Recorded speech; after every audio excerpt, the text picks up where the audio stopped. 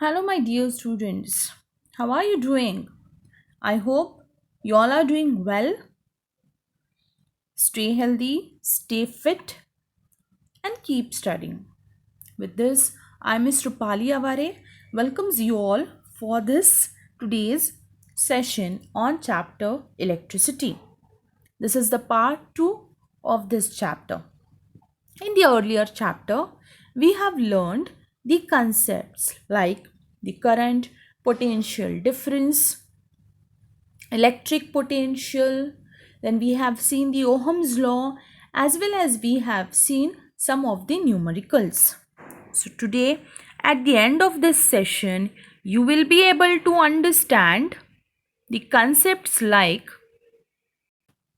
factors on which the resistance of a conductor depends, resistance of a system of resistors, heating effect of electric current, some practical applications of heating effect of electric current, the electric power, and obviously we'll see this through some of the numericals. Already we have seen in the Ohm's law that the current which is flowing through a conductor is proportional to the potential difference. Now we have replaced that proportionality sign by taking a constant, and that is known as the resistance. So let us understand first what is the resistance. For that, consider a conducting wire which is not connected to a cell. That means the electrons which are present in the cell, they are free to move randomly in all the directions in the space between the atoms. When we connect the two ends of this wire to the two terminals of a cell, electric forces acts on the electrons, and being electrons the negatively charged, they start moving from the negative to the positive terminal of the cell. Due to the flow of these electrons, current starts to flow through the wire, and this motion of the electrons is irregular, but there is a definite non-zero value of their average velocity. So we understand that there are large number of free electrons in a conductor, and because of that the current can flow through it. They are constantly in random motion. When a potential difference is applied between the two ends of the conductor, these electrons starts moving from the end at the lower potential to the end of higher potential. And this directional motion of the electrons causes the flow of current. Moving electrons strike the atoms and ions which lie along their path. Such collisions cause hindrance to the flow of electrons and oppose the current. This hindrance is called the resistance of a conductor. Now let us see the factors on which the resistance of a conductor depends. For that, let us consider a small activity and complete the electric circuit, which is consisting of a cell, ammeter, a nichrome wire of length L, which is marked as number 1, and the plug key as shown in the figure. Now, every time we are going to measure the current in the ammeter, and we are going to replace the nichrome wire with the other conducting materials. Now plug the key. Note the current in the ammeter for the first case. Now replace the nichrome wire by another nichrome wire of the same thickness but twice the length, that is 2L, which is marked as number 2 here. And again for that case we'll measure the ammeter reading. Then replace the wire by a thicker nichrome wire of the same length L, which is marked as number 3. A thicker wire has a large cross-sectional area. And again note down the current through the circuit. Now, instead of taking a nichrome wire, connect a copper wire which is marked as 4 in the circuit, and let the wire be the same length and same area of cross section as that of the first nichrome wire which is marked as number 1, and note the values of current. Now what do you think? Is there any difference in the current in all the cases? Does the current depend on the length of the conductor? Does the current depend on the cross section of the wire? So, it is observed that the ammeter reading decreases to 1/2 when the length of wire is doubled. The ammeter reading increase when a thicker wire of the same material and of the same length is used in the circuit. And a change in ammeter reading is observed when a wire of different material of the same length and of the same area of cross section is used. Therefore, on applying the Ohm's law, we can say that the resistance of the conductor depends on its length, on its area of cross section, and on the nature of its material. Precise measurements have shown that resistance of a uniform metallic conductor is directly proportional to its length and inversely proportional to the area of cross section. Therefore, we can write R proportional to L, R proportional to 1 upon A. Just combining these two equations will get R proportional to L upon A. To remove this proportionality sign, we'll take one constant, and that is rho. So we can write R is equal to rho L upon A, where rho is a constant of proportionality, and that is called as the electrical resistivity of the material of the conductor. The SI unit of resistivity is ohm meter, and it is the characteristic property of that material. The metals and alloys, they have very low resistivity, and that is in the range of 10 to the power minus 8 to the 10 to the power minus 6 ohm meter, and therefore they are good conductors of electricity. Whereas insulators have the high resistivity. Insulators like the rubber and glass, they have the resistivity of the order of 10 to the power 12 to the 10 to the power 17 ohm meter, and because of this a very less amount of current flows through the circuit. So both the resistance and the resistivity of a material vary with the temperature. Now let us understand this concept with the help of example. The example is like, how much current will an electric bulb draw from a 220 volt source if the resistance of the bulb filament is 1200 ohm? Second part is, how much current will an electric heater coil draw from a 220 volt source if the resistance of the heater coil is 100 ohm? So, if you will observe the first part, the given quantities are potential difference and the resistance. Potential difference is equal to 220 volt, resistance is 1200 ohm. So by using the Ohm's law, we can find out the value of current, that is I is equal to V upon R. Just on substituting the values, we'll get the value of current as 0.18 ampere. Again, for the second case, we know the potential difference and the resistance. So V is equal to 220 volt and R is 100 ohm. Again, apply the Ohm's law, we'll get I is equal to V upon R, and on substituting the values, we'll get the value of current is equal to 2.2 ampere. Now,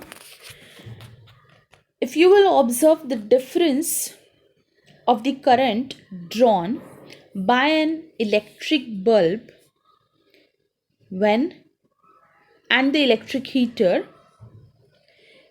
when the source is of the same potential difference.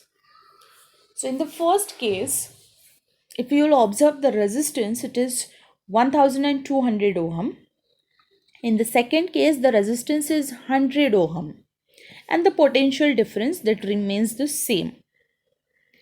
As the potential difference is same and being the values of resistances differ, the values of current also differs. In the first case, a very less amount of current flows because the resistance of the electric bulb is more. Whereas in the second case, as compared to the first case, more amount of current flows because the value of resistance is less, that is 100 ohm, which allows the easy pass of the current through the electric heater coil. So this is how current, potential difference and resistors depends on each other. Let us understand the concept through other example. Resistance of a metal wire of length 1 meter is 26 ohm at 20 degrees Celsius. If the diameter of the wire is 0.3 millimeter, what will be the resistivity of the metal at that temperature? So here what is given is the resistance of the wire is given, that is 26 ohm. As well as we don't know the directly area of the wire, but we know the length and the diameter. The diameter of the wire is 0.3 millimeter, just convert it into meter, and the length of the wire is given, that is 1 meter. Now, as we know the formula for resistivity, rho is equal to Ra upon L. We have just modified the formula which we know, resistance is equal to resistivity into length upon area of cross section. Now here we don't know the area of this wire directly, but we know the diameter. So we can find out that area of circle, because wire is circular in shape and we know the area of circle is pi r square and radius is equal to half of the diameter. So just on substituting the values and rearranging, we'll get rho is equal to r pi d square upon 4L. And on substituting the values, you will get the resistivity of the metal at 20 degrees Celsius is 1.84 into 10 to the power minus 6 ohm meter. If you will compare this value of the resistivity, then it is observed that this metal wire is made up of manganese, because this resistivity is equal to the resistivity of the manganese. Now, in the preceding sections, we learned about some simple electric circuits. You have noticed how the current flows through the conductor depends on its resistance and potential difference across its ends. In various electrical gadgets, we often use resistors in various combinations. Here the title is resistance of a system of resistors. System of resistors means more than one resistors we are going to consider. So a conducting wire or a conducting material, for example wire, used in a circuit is called a resistor. A resistor is sometimes simply referred to as resistance.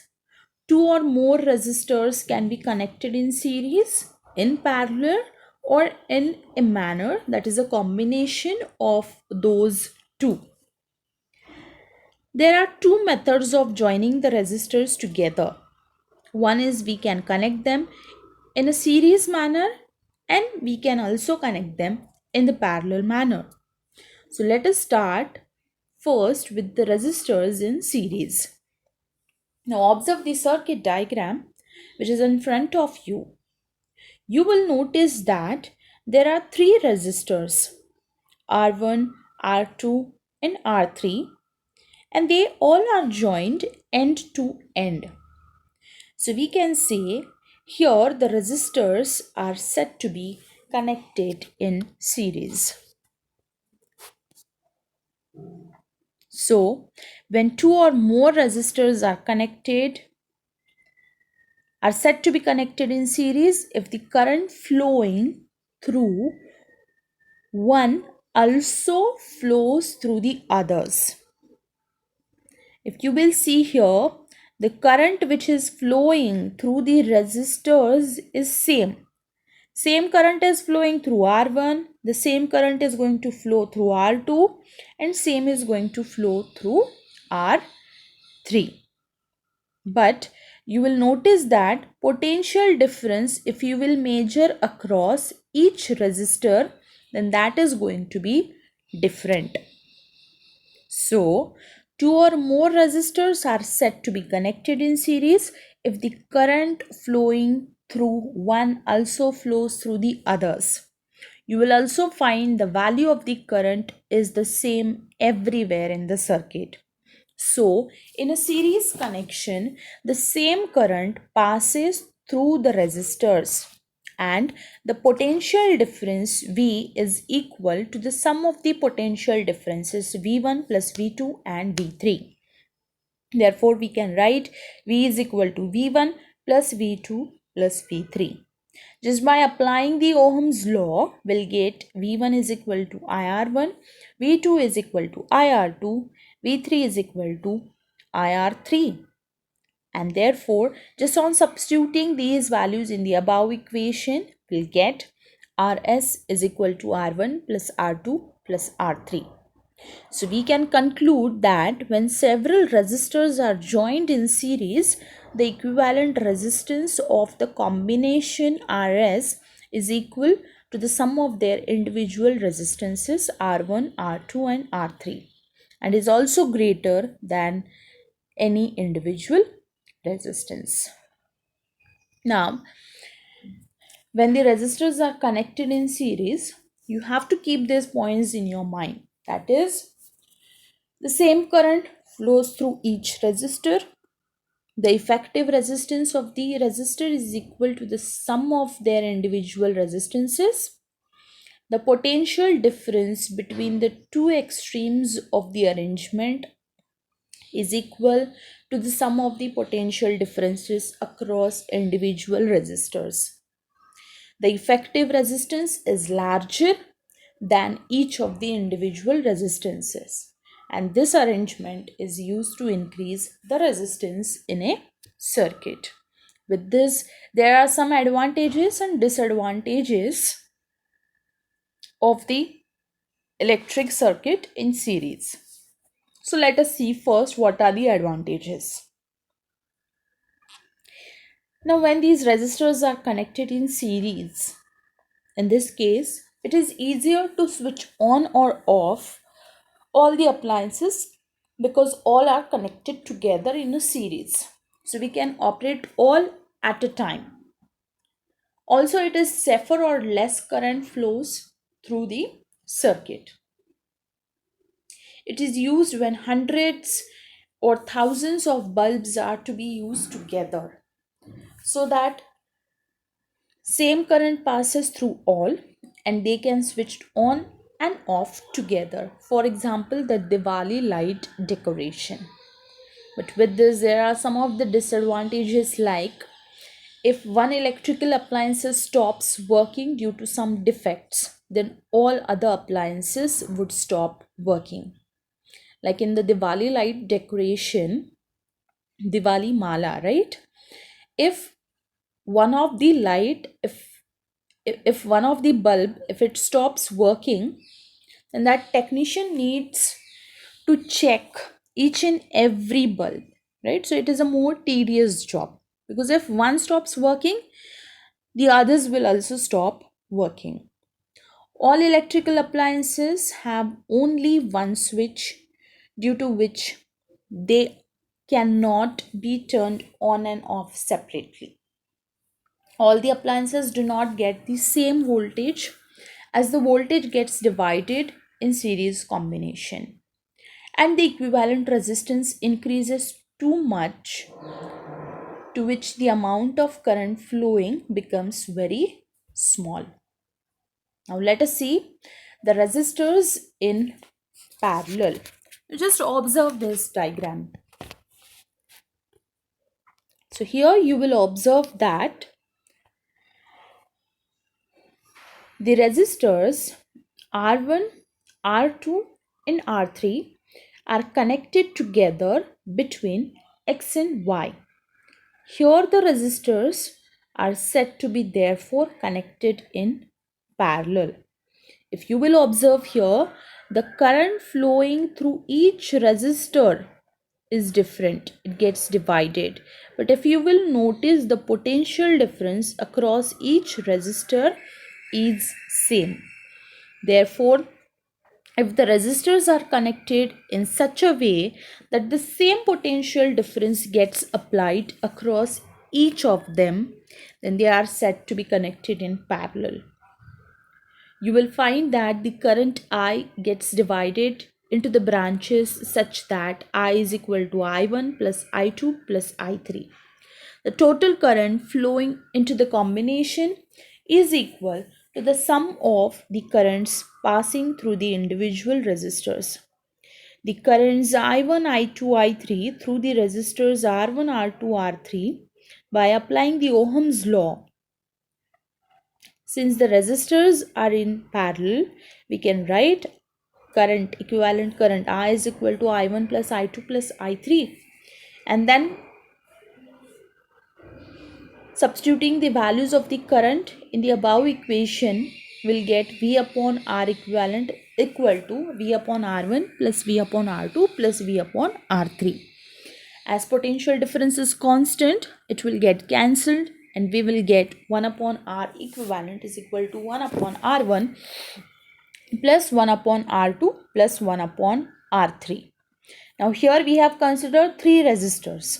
In such a way we can consider n number of resistors which are connected in parallel. So at that time we can give the equivalent resistance as 1 upon R equivalent is equal to 1 upon R1 plus 1 upon R2 plus 1 upon R3, so on up to 1 upon Rn. And if we'll consider only 2 resistors R1 and R2 connected in parallel, then 1 upon R equivalent is equal to 1 upon R1 plus 1 upon R2. Then just on rearranging, we'll get R equivalent is equal to R1 R2 divided by sum of R1 plus R2.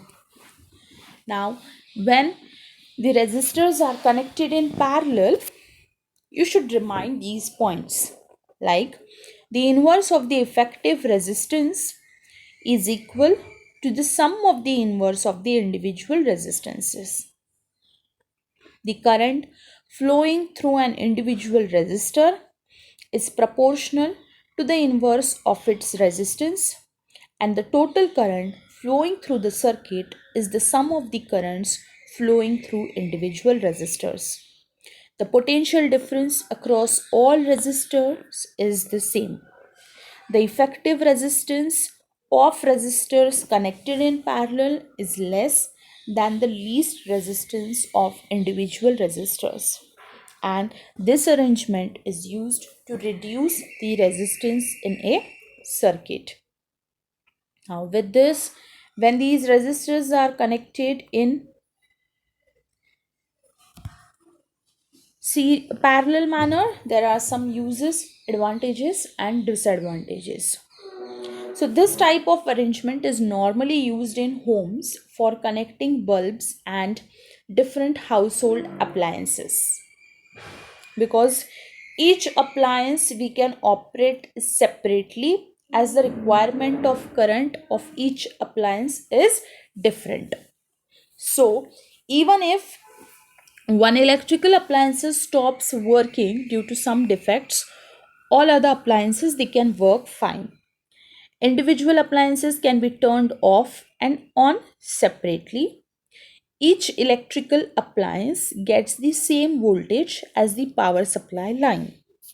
And since overall resistance of circuit decreases, device can draw more current to operate. With this, the disadvantage is this becomes cumbersome. It becomes very heavy or difficult to use if thousands of bulbs and appliances are to be switched on and off. So for that case, we can use the prior method where we can connect the resistors in the series form. We can operate them at a time.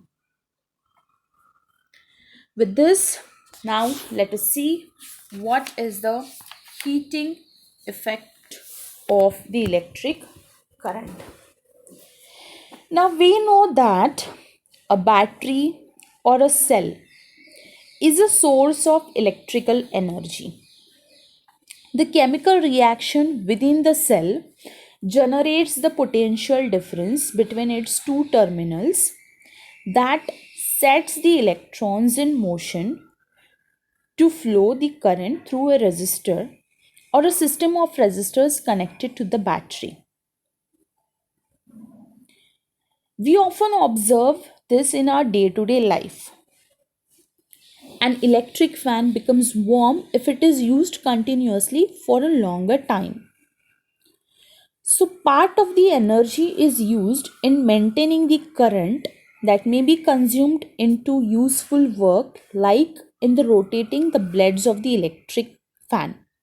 Whereas rest of the source energy may be expanded to heat to raise the temperature of the gadgets. So when the current flows, it produces heat. This process of production of heat by flow of electric current is called heating effect of electric current.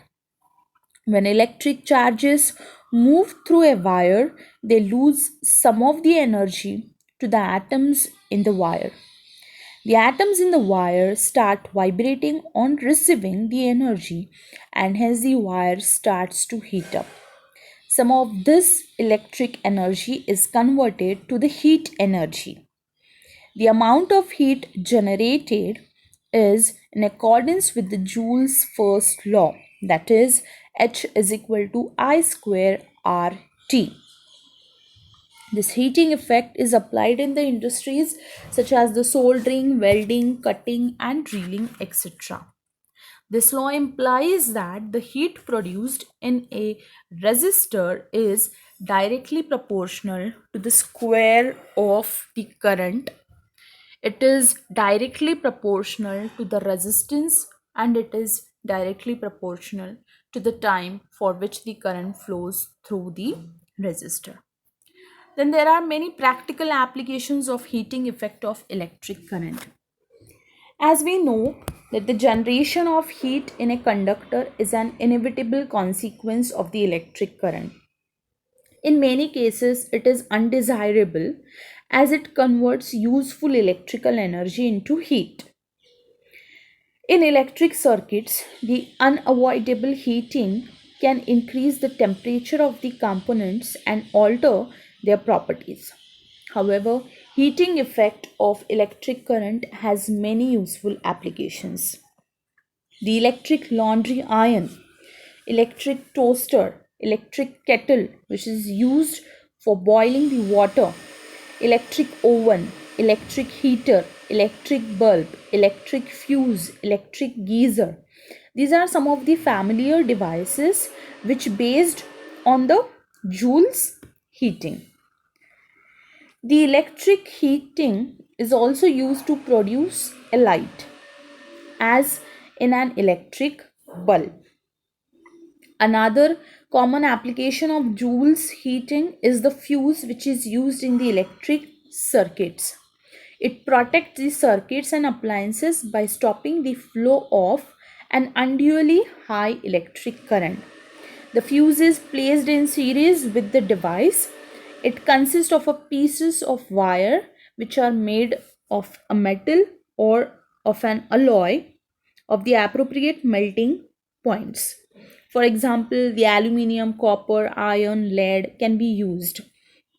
And if a large amount of current is flowing, than a specified value through the circuit, the temperature of the fuse wire increases and this melts the fuse wire and breaks the circuit. So these are some of the common applications of the heating effect of electric current, that is also known as Joule's law of heating. With this, let us understand the next concept. But before that, we'll see some numericals. An electric iron consumes energy at the rate of 840 watt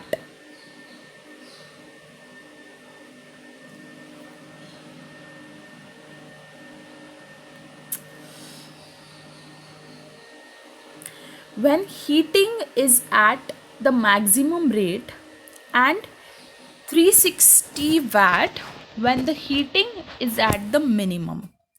The voltage is 220 volt. What are the current and the resistance in each case?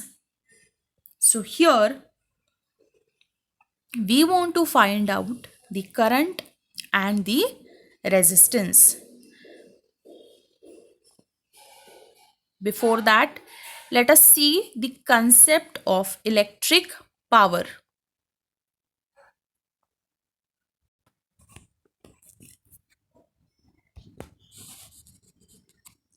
As we have seen that the rate at which the electric energy is dissipated or consumed in an electric circuit is known as the electric power. So we can say that electric power is the rate of consumption of energy. In simple terms, it denotes the rate at which electric energy is dissipated or consumed in an electric circuit.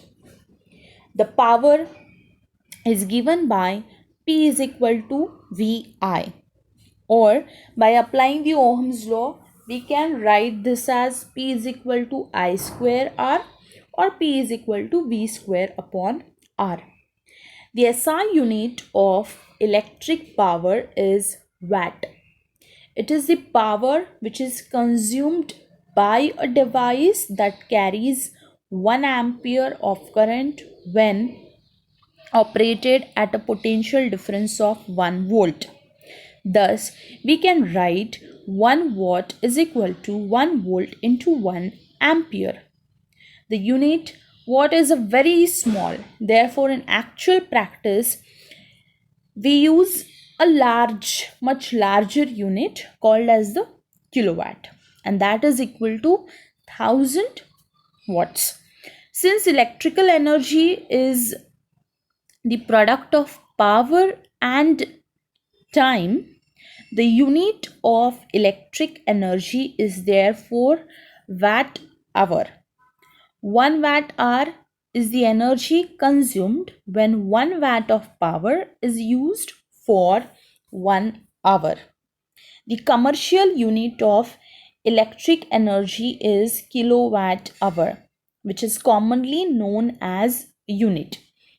We can convert this 1 kilowatt hour in terms of joules, as we know that value of 1 kilowatt, which is equal to 1000 watts, and 1 hour in terms of seconds, that is 3600 seconds. So on just multiplying, we'll get 1 kilowatt hour is equal to 3.6 into 10 to the power 6 joule.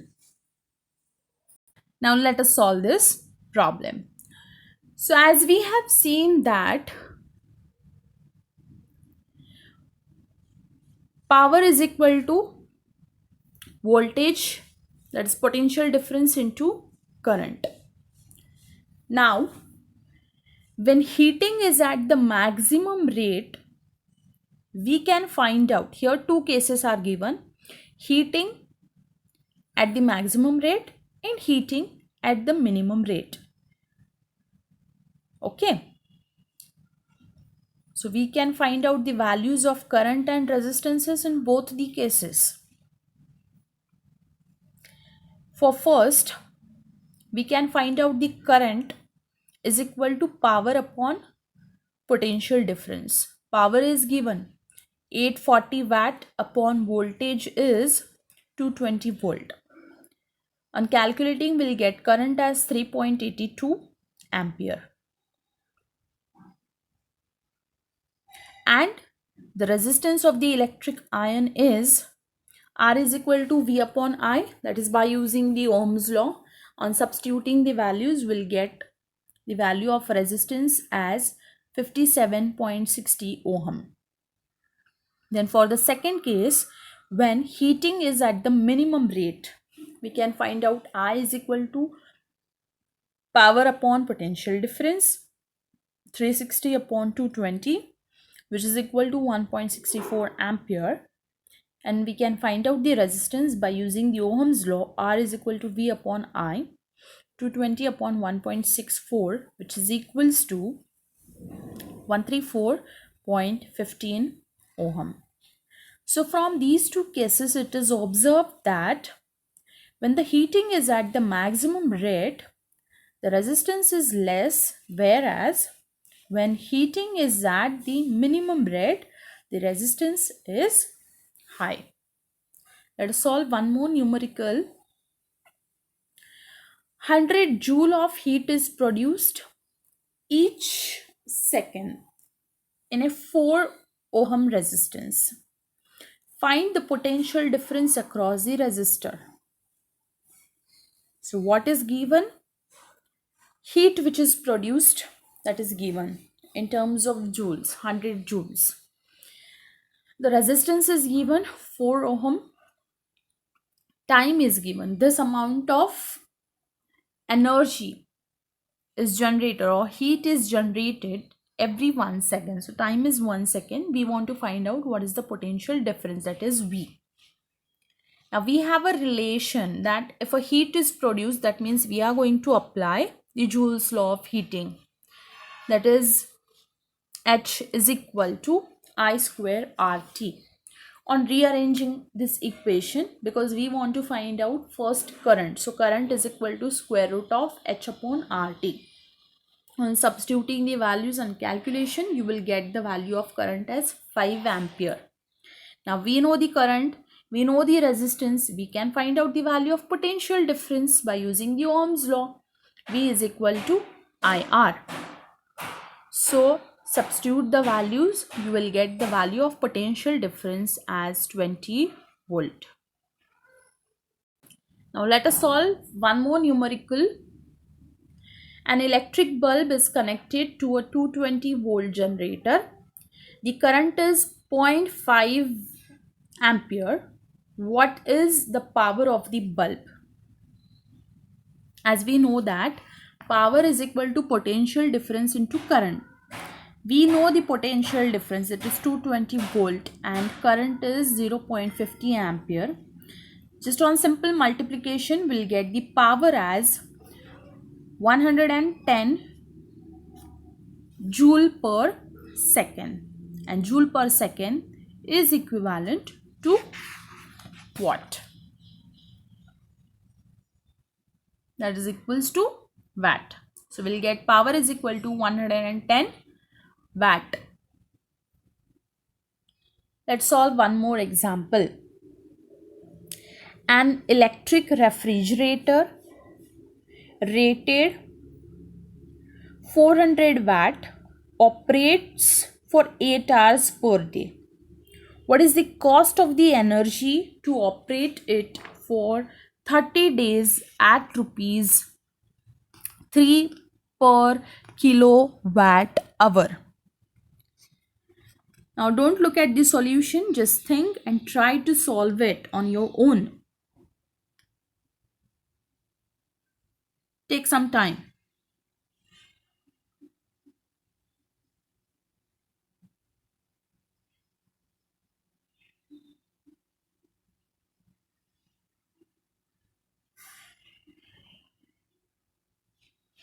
Yes, so what is given here? The total energy consumed for the refrigerator in 30 days would be power into the time 400 watt 8 hours per day for 30 days. So in all, the energy which is consumed, that is 96 kilowatt hour. Thus, the cost of energy to operate the refrigerator for 30 days is going to be 96 kilowatt hour into 3 rupees, which is for per kilowatt hour, which is equal to rupees 288. You know that many people think that electrons are consumed in an electric current, but electrons are not consumed. We pay the electricity board or electric company to provide energy. To provide energy, that means to move the electrons through the electric gadgets like the electric bulb, fan, and engines.